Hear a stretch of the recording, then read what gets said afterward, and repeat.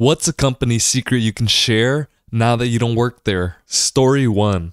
I used to work surveillance at a casino. From something like 3 stories high ceiling, we could zoom in on money on the table games and read the serial numbers on the bills. We could see the pips on the dice.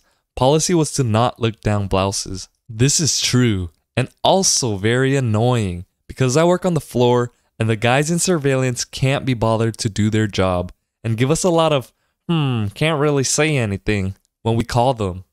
They're busy looking down a blouse. Story 2. I worked at a comic book store that offered a service where you paid a small premium to send in rare comics to have them graded at Certified Guarantee Company. A few months later, we had many customers coming in to check the status of their comics. We contacted the owner to see what was going on, and he would always claim that there was some distribution problem. Fast forward a few months, we found out he was taking customers' graded copies and selling them online, while trying to return back issue versions of their original comics. How did this dude think that comic collectors who were sending in comics to be graded wouldn't recognize they weren't receiving their original comic back? LOL. I'm sure a few newer to the hobby wouldn't be the wiser, but man, that's what we all said. My friend and I were the managers and had absolutely no idea this was happening. It was a smaller town comic shop, and all the customers sending in comics to be graded were good friends of ours. But the plot gets thicker. Turns out, his wife was signed for the business, so the owner wasn't really the owner. We called her and explained what was happening. She was in tears. She came to shop to meet the wronged customers, and she took graded comics from the owner's collection and let the customers pick out comics equal to the value of their graded comics in return for the mishap. Fast forward a few months, she closed the store, gave us our paychecks, and even some I'm sorry money. It turns out the guy was doing all kinds of other shady She divorced him, and I'm like 99% sure he went to jail for fraud. He's also banned from CGC and all of the licensed big comic cons, LOL. So don't worry, he lost that battle. Story 3. If you were on live chat with customer care, I could see what you were typing before pressing send. I watched people work through grotesque, racist, sexist statements, fraudulent lies and mistruths, meticulous grammar fixes, and their whole range of emotions in real time before deleting and typing okay. Story 4. Health insurance, dude. When you file a claim, it is often denied because they're counting on you not escalating it. Once you do, your case goes to a medical management group, which ought to be called the We Don't Want to Pay group. Keep escalating and involve your doctor. Fight for the insurance you paid for. It feels like all insurance is like that, since they're all businesses and trying to make a profit. People definitely need to use it if they pay for it. Story 5. I worked for a major hotel chain in housekeeping for over 10 years. The number of SUIP and people who die naturally in their rooms is a lot higher than you'd think. I worked in a huge convention hotel with over 1,000 rooms, and it happened quite often. Unless it was a pretty gnarly mess, it would just get cleaned like normal and the next guest had no idea. At one of the hotels I worked at, a woman offed herself by drinking antifreeze. Her body was blue, blood, vomit, and poop everywhere. My friend who was maintenance saw it and couldn't sleep that night. Working at hotels will change you. Story 6. Mortgage industry here. We're like cops. Only answer the question asked. Do not provide additional information to be helpful. It could screw you over. Story 7. Oprah Winfrey had us edit her arm waddles in post-production. Story 8. This isn't a company secret, but I worked part-time at a Domino's franchise in college. The owner was, at first glance, a short-tempered, critical penny pincher who did everything he could to save business money, right down to watching over your shoulder to make sure you didn't put too much cheese on a pizza. Cheese is called white gold in the pizza industry, even back in 2002. But after working for him for a while, you realize why he was so specific about the margins. Twice yearly, he would send out generous bonuses in the form of money orders made out to his employees from his own personal savings account to the college students working for him.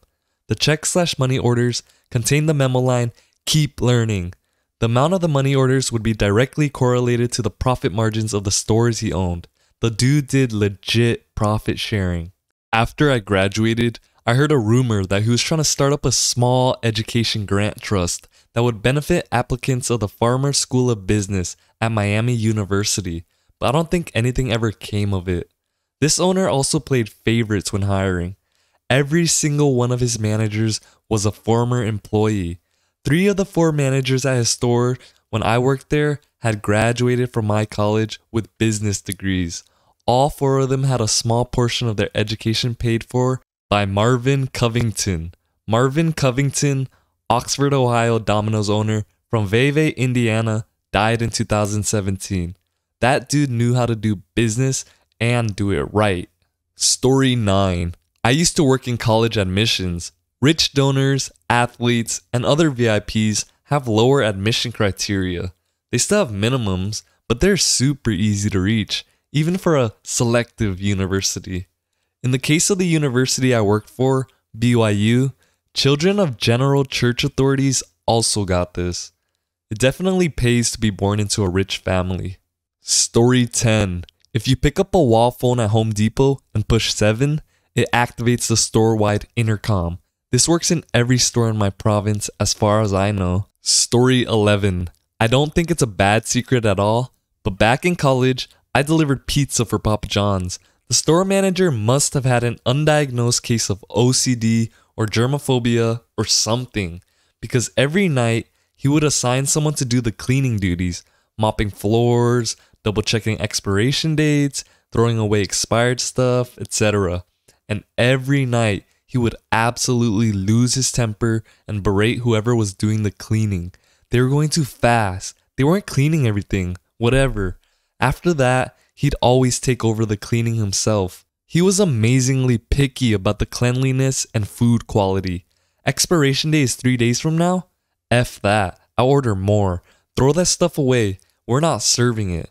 He would also go out of pocket to buy special cleaning products because the worthless BS that corporate wants us to use doesn't get the job done.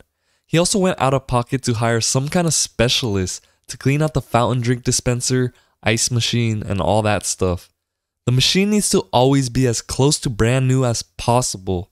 One standout moment for me was when he reduced the cashier to tears by hollering, "Would you eat this off the floor? No? Then it's not clean enough." He wasn't telling her to eat off the floor, he was just making a point. After we'd close the store, he'd kick all of us out, lock up behind us, and stay until something like 2 a.m. cleaning the place. You always knew when he closed because you could smell the chemical scent still lingering in the air. The end result of this was the store, the food, the equipment, and the facilities were always in squeaky clean condition. Customers somehow picked up on what a perfectionist the store manager was and bought from us all the time. Because there's a lot of peace of mind that goes in knowing your food was cooked by someone willing to throw ingredients away before the expiration date, stay in the store until God knows when, cleaning everything, etc. The true irony was how much the boss hated himself because he didn't think he was doing a good enough job to run a clean restaurant with fresh ingredients. It didn't matter how many compliments he got from customers or how many service industry veterans said they never work in a place as obsessive about freshness and cleanliness as his Papa John's store. He was convinced his store was still a filthy barn. Eventually, he got promoted to some kind of higher level corporate position, district manager, that required him to visit other stores and make sure they were all up to spec. The end result of that was a lot of stores in this area, all improved seemingly overnight. Story 12. The vehicle modification shop at Chillicothe Correctional Institution in Chillicothe, Ohio, dumps waste coolant from the machine shop into a storm drain that empties directly into the Scioto River because the chemical disposal tank is a 55-gallon drum in the paint shop, and that's much too small. They can't throw me into solitary confinement for complaining anymore. This happens about once a year when the machine's coolant reservoirs are emptied and the coolant replaced. It's not on a schedule, it's one of those things that you do when work is slow. Each machine holds 15 to 20 gallons and usually you just add more as it evaporates, but eventually it gets nasty and needs to be replaced. It's supposed to go in a waste tote to be disposed of safely, which is what every non-government machine shop does. Being able to prove this is being done would require knowing when they're going to do this, and that's a decision that's often made spur of the moment. Hey, work is slow, let's have a cleanup day. There aren't any phones in the machine shop either.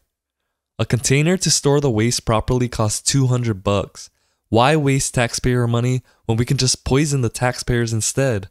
Story 13. Worked at an American Toyota dealership in the body shop for 12 years. We would throw away literally everything regardless of the environmental impact. Car paint, which is nasty stuff by the way, went straight to the dumpster. Radiator fluid? Down the drain. I even saw someone put oil down the drain a couple times, even though we had barrels for it up in the service department. The only thing we saved was old car parts, which the boss then sold to scrapyards and pocketed the money. The painter didn't even wear a mask either. He's around 60 and still kicking, despite 30 years of painting without a mask somehow. Story 14. 1.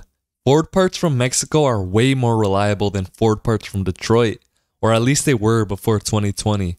I worked in Detroit and we had some customers who were fussy about us always doing repairs with Michigan parts, but when we had a problem that wouldn't stay fixed, we would always secretly switch to the Mexican parts, which did solve things. 2. I was a prison guard a decade ago and we installed some facial tracking software in the surveillance cameras. One of the inmates panicked while cleaning the unused solitary confinement cells, which is usually a desirable job. It's easy as, and nobody pays attention to you. And he insisted that he needed to be moved out of that job because there was a ghost. The ranking officers decided to check the new cameras and the security software claimed it saw a face behind the inmate at the same time as he was visibly startled in the camera footage. We're all aware that there are mundane reasons why a new facial recognition system would think it saw a ghost, but since the inmate and the security software both thought there was a ghost, it was decided that the inmate should be immediately transferred at no penalty. Story 15. I'll say it. A place similar in name to Pass-Face Urgent Care, at least in the region I worked at, banned their front desk from informing customers that they have a credit balance to use toward their services and still required us to charge customers the full price on top of what we already owed them. Some accounts had like $500 of copay that should have been refunded but weren't. I was actually reprimanded for applying the credit balance because despite finance agreeing my method was correct, the regional manager said it was not a good look for the company and hindered her profits. Story 16. I still work here, but everyone, please, get a copy of your medical records from every place you've been to. Keep a hard copy in your home because I have horror stories from working in medical records since 2007. Story 17. I worked at a Petco in Alaska. Apparently, brown/black mice are not allowed up here, only white mice. We got a shipment of a bunch of black/brown mice and had to take them to the vet to be killed. Also, the animals are literally shipped in on a UPS truck and delivered in packages. I would open a package and it would be full of fish or mice or snakes. You never know what was coming. It was wild. Luckily, my shift manager was a really good person. She tried her best to help any sick animal and was super diligent about keeping the cages really clean. She would stay after hours to care for the sick animal in the back and double down on cleaning. When upper management came, they didn't give a crap about how clean everything was. They would yell at us to get more customers to sign up for pet rewards. If I didn't pester every single person checking out, they would get angry and give me point deductions. I have no idea what the deductions even did. One of the upper managers watched me for like 3 hours when I was at the register. He said I wasn't pushy enough on getting people to donate or sign up for stuff. Dude, I will ask once, and if they say no, I'm not asking again. That stuff is annoying as... He also got mad at me when I didn't clean the bird cage fast enough. It took time away from the register. I'm sorry. I don't want our birds to stand in their own crap for hours, so yeah, I'm gonna take my time to scrub that stuff clean. Also, don't buy fish from Petco. Pretty much every shipment that came in, they were all infected with ICK. Basically, half our tanks were in quarantine. We had several customers come back saying we killed their entire fish tank because of a fish we sold them. F Petco. Story 18. Olive Garden breadsticks are just Fran's brand breadsticks, garlic salt, and butter. ETA, it's margarine, not butter. I forgot there's a difference. Story 19. I was the one who did an undercover news story about Scamp's pet stores and their affiliation with puppy mills. Please don't buy from pet stores, folks. Story 20. Worked at Best Buy 20 years ago. Employee discount was 5% over cost and I needed a new printer. Decided to splurge on the gold-plated USB printer cable that we sold for $40. Rang up $1.78. Story 21. I used to work as a receptionist at an upscale salon. While I was there, the salon introduced a new line of products marketed towards men. Up until that point, most of our products were marketed towards women, but the execs saw that we were getting more male customers. Every item in the men's product line was about half the cost of our other products. The men's shampoo was the exact same shampoo the salon had been selling for years, but because they put in black packaging with the word man on it, it was half the price. The owner's explanation was, well, men don't want to pay that much for hair products. For the rest of the time I worked there, every time a woman came up to buy shampoo, I'd tell her that the men's shampoo was the exact same product for half the price. Story 22. All new clothing and everything you try on is dirty. I've worked in retail for years and it still shocks people, but there's no washing machine or disinfectant spray or wipes. Nothing. I've opened boxes of new clothes that had white bugs coming out of it. Seen a woman after a workout class come and try clothes on, then just leave, still sweaty from the class. One older lady left dime-sized skin flakes in the clothes she tried on. Ugh. Not to mention whatever happens when they return the item or what happened in the factory. People are gross. Nothing is clean. Always wash your clothes when you get them home. Had someone steal a new bra and then put their dirty bra on the rack. I threw it out. People have pooped inside of fitting rooms, and to this day, all new clothes bought are immediately washed. Everyone looks at me and I say, the day you work in retail, you will understand that humans are far more disgusting than animals. Okay, that is disgusting. Not gonna lie, sometimes I wear clothes right away without washing them, and this is making me second guess that decision from now on. Story 23. When I worked at a Godiva store, we would turn expired chocolate bars into sample pieces. Story 24. In the United States, one company's bread and butter was simply reboxing and relabeling computer monitors from China to make it seem like they were from the company and made or assembled in some way by them. I work for a wholesaler. You would be surprised how many companies simply source merchandise and sell it without ever touching it. We ship it direct to the customers for them. Just swap the return address for theirs. Story 25. Used to work at a graphic design firm. All our Adobe software was pirated. Back when Photoshop came out, it put a lot of the old school lithographers out of business. My dad was one of these. When he got laid off, he copied the stack of floppy disks with Photoshop on them, bought an Apple computer, and started his own company. Story 26. Maple sap can be trucked in from other states, and where it's turned from sap to syrup decides on the state it comes from, not the location of the trees. Story 27. Your warranty service part that took 8 months actually arrived 3 weeks after they paid the invoice. They didn't even order it for 7 months. They told you it was manufacturing delays and supply chain issues, but in reality, they couldn't afford to pay their bills and had to pick and choose which orders to place. You weren't a priority. They were just really bad at budgeting and damage control. Story 28. Hotels do not typically have security, maintenance, or housekeeping on staff 24/7. Once housekeeping finishes cleaning all the rooms, the entire staff leaves except for one front desk employee. Yeah, the amount of times I, at the time a 19-year-old kid, was left completely alone at a mid-size and largely recognizable hotel brand was honestly kinda wild. I had essentially no clue what I was doing. People would call that something in their room was broken, and literally the best I could do was go up and just kinda troubleshoot random stuff. And then during that time, The front desk was completely unattended. This was at like 9 p.m. too, not 3 a.m. Was in Detroit for work and opened my hotel door in the morning to an opened knife sitting right by my door. Now, obviously, this could have just been someone accidentally dropping it, but I wanted to ensure there wasn't someone trying to pick the lock or gain access to my room in the middle of the night. Asked the front desk if they could pull video from their cameras in the halls. Sir, those are fake. This was a Hilton property. Story 29. The stain protector is only useful if you actually file a claim. It isn't a magic potion. Most furniture companies sell some sort of stain protector as an add-on. People buy it, thinking it has some magic ability to prevent stains over the life of a piece of upholstery.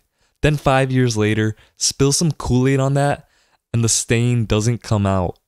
With most of these protectors, there's a warranty claim process that will get you a new sofa or a new set if your sofa pattern isn't made anymore, but nobody ever files a claim. That's the gimmick. The company is counting on you not actually holding them to the deal that they made you, and virtually no one does. Story 30. Worked at a major cable internet service provider, and there are 4 billing cycles.